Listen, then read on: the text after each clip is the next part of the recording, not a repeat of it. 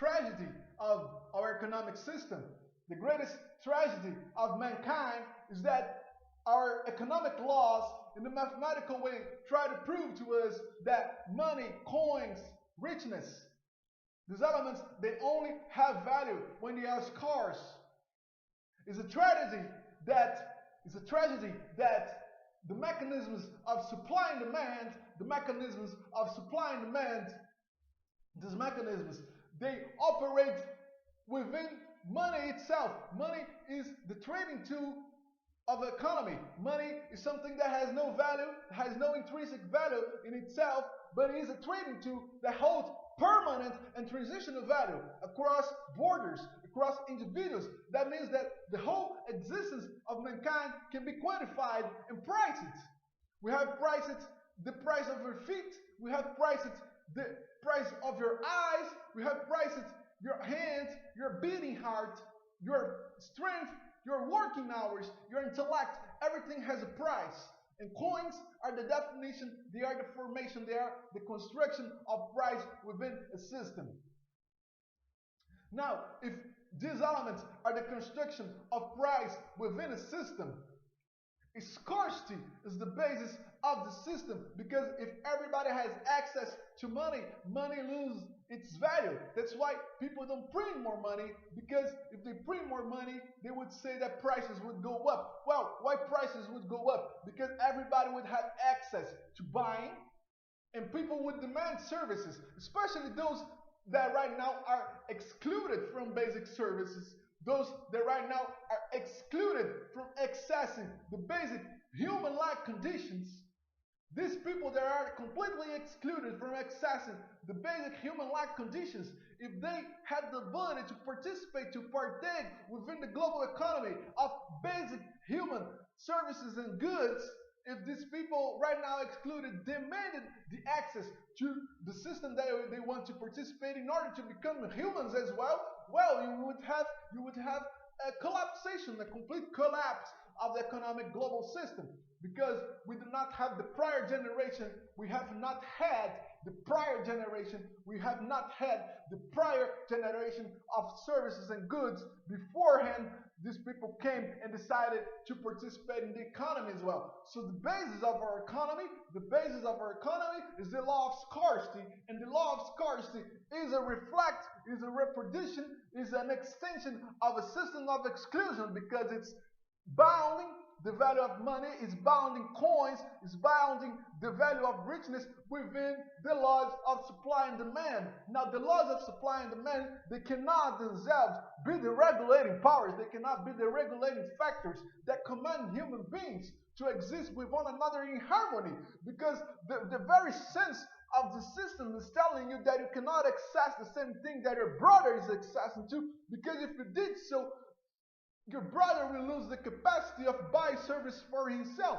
Now, we need to use AI, we need to use basic math, we need to use people with enlightened mind and enlightened technology. We need to reformulate the idea of money, we need to reformulate the idea of basic income distribution, not from a point where we're just trying to tinker with taxes and trying to think with dynamics of raising taxes or invest in public service. That's not going to bring freedom. That still is going to impose that the individual is bounded within factories, within trash factories, within production factories. There are terrible places where animal slaughter is a constant act of work, where an individual has to dedicate 10, 12 hours of his day, put his life at risk, and he has to do this systematically so he can guarantee the basic human needs. We need to reformulate all these principles, because we're creating enslaving. We're enslaving people. We're creating enslavement. We're creating slavery. We are creating the complete destruction of the human freedom, and there cannot be a sound, safe economic system, because it's based on a wrong mathematical assumption. The very own idea of Adam Smith and the Wealth of Nations, that people fighting and pursuing their own individual goals are going to generate a maximum equilibrium for the system, is a complete lie, because never this could be a mathematical accepted proof, because it's obvious that the result of a system in which the mechanisms of trade are based upon scarcity is going to generate exclusion, because exclusion is the only factor that allows for money to circulate and hold value for other individuals. Therefore, if you analyze the transition of money according to scientists, the transition of power, richness, and wellness according societies, through all the past 3,000 years has been rooted in wars. Wars have been the basis of transition of wealth. The basis of wealth transition within the powers of humanity has come through war. War is the basis by which richness is transferred across the globe, and this can only be because the very own concept of coin, the very own concept of money is about scarcity, is about supply and demand. So when you have supply and demand, you have to exclude people from being able to have this access to supply in order for your supply to have mass value, and you have more people holding prepositions and dispositions to sacrifice themselves to acquire a highly sought after good, and this highly sought after good is the coin. Now the coin has been able to demand that individuals killed, parents killed other individuals. The killing of the systematic actions of humankind has come to exist due to the price of value, the price and the scarcity of coins, of money, of richness. This has been the fundamental driving factor that drove individuals towards the killing and mass exploitation of other human beings, because the mathematical basic structures of money itself is rooted within a wrong conception of existence. There is a wrong conception of existence.